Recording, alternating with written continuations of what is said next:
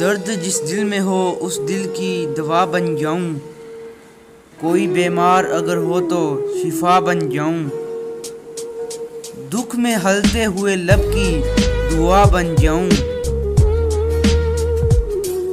उफ वो आंखें जो बेनाई से हैं महरूम कहीं, रोशनी जिनमें नहीं नूर जिन आंखों में नहीं।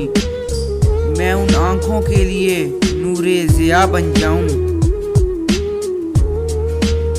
हाय वो दिल जो तड़पता हुआ घर से निकले, उफ वो आंसू जो किसी दीदाए तर से निकले। मैं उस आंसू के सुखाने को हवा बन जाऊं।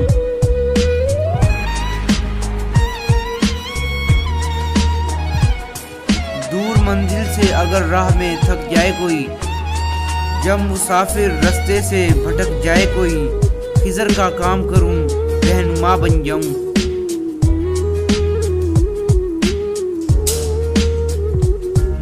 उम्र के बोझ से जो लोग दबे जाते हैं, नातवानी से जो हर रोज झुके जाते हैं, उन ज़ईफ़ों के सहारे को आसा बन जाऊं।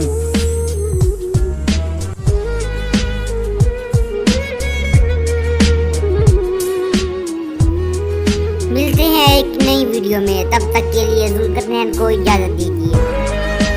अल्लाह हाफिज़, अल्लाह निगहबान।